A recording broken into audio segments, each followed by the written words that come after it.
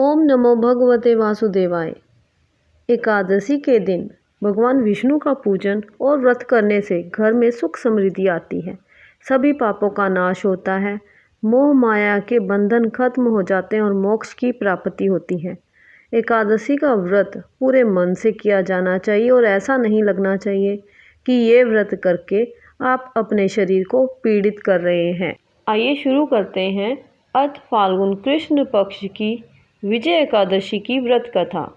धर्मराज युधिष्ठिर बोले कि हे जनार्दन, फाल्गुन मास की कृष्ण पक्ष की एकादशी का क्या नाम है तथा उसकी विधि क्या है, सो सब कृपया पूर्वक कहिए। श्री भगवान बोले कि हे राजन, फाल्गुन मास की कृष्ण पक्ष की एकादशी का नाम विजय एकादशी है। इसके व्रत के प्रभाव से मनुष्य को विजय प्राप्त होती है। ये सब व्रतों से उत्तम व्रत है। इस विजय एकादशी के महात्म्य के श्रवण व पठन से समस्त पाप नाश को प्राप्त हो जाते हैं। एक समय देव ऋषि नारद जी ने जगत पिता ब्रह्मा जी से कहा कि महाराज, आप मुझसे फाल्गुन मास के कृष्ण पक्ष की विजय एकादशी का विधान कहिए।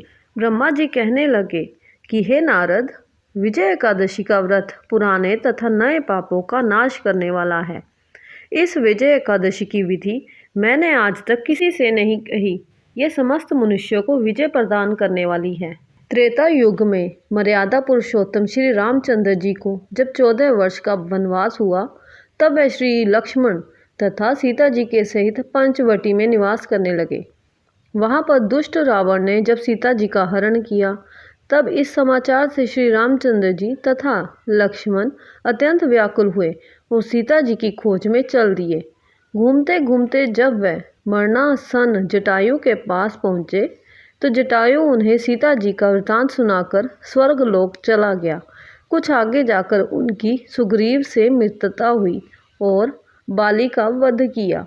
हनुमान जी ने लंका में जाकर सीता जी का पता लगाया और उनसे श्री रामचंद्र जी एवं सुग्रीव की मित्रता का वर्णन किया। वहां से लौटकर हनुमान जी श्री रामचंद्र जी के पास आए और सब समाचार कहे।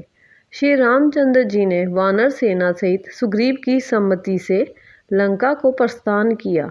जब श्री रामचंद्र जी समुद्र से किनारे पहुँचे, तब उन्होंने मगरमच्छ आदि से युक्त उस अगाध समुद्र को देखकर लक्ष्मण जी से कहा कि इस समुद्र को हम किस प्रकार से पार कर सकेंगे।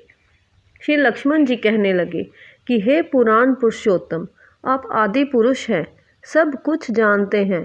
यहाँ से आधा योजन दूर कुमारी द्वीप में वक्तालभ्य नाम के मुनि रहते हैं। उन्होंने अनेकों ब्रह्मा देखे हैं। आप उनके पास जाकर इसका उपाय पूछिए। लक्ष्मण जी के इस प्रकार के वचन सुनकर श्री रामचंद्र जी वक्तालभ्य ऋषि के पास गए और उनको प्रणाम करके बैठ गए। मुनि ने भी उनको मनुष्य रूप धारण किए हुए पुराण पुरुषोत्तम समझकर उनसे पूछा कि हे राम, आपका आना कैसे हुआ। रामचंद्र जी कहने लगे कि हे ऋषि, मैं अपनी सेना सहित यहाँ आया हूँ और राक्षसों को जीतने के लिए लंका जा रहा हूँ। आप कृपा करके समुद्र पार करने का कोई उपाय बतलाइए। मैं इसी कारण आपके पास आया हूँ। वक्तलाभ्य ऋषि बोले कि हे राम, फाल्गुन मास की कृष्ण पक्ष एकादशी का उत्तम व्रत करने से निश्चय ही आपकी विजय होगी, साथ ही आप समुद्र भी अवश्य पार कर लेंगे।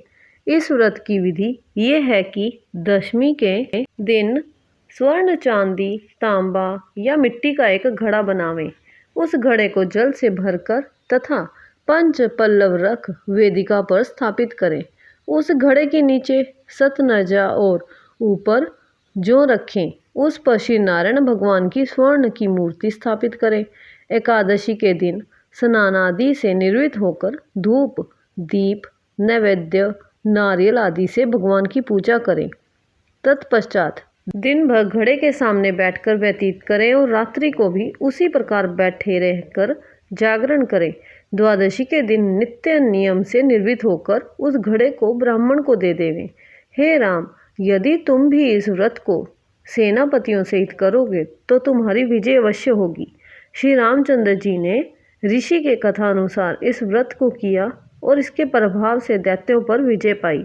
अतः हे राजन, जो कोई मनुष्य विधि पूर्वक इस व्रत को करेगा, दोनों लोकों में उसकी अवश्य विजय होगी।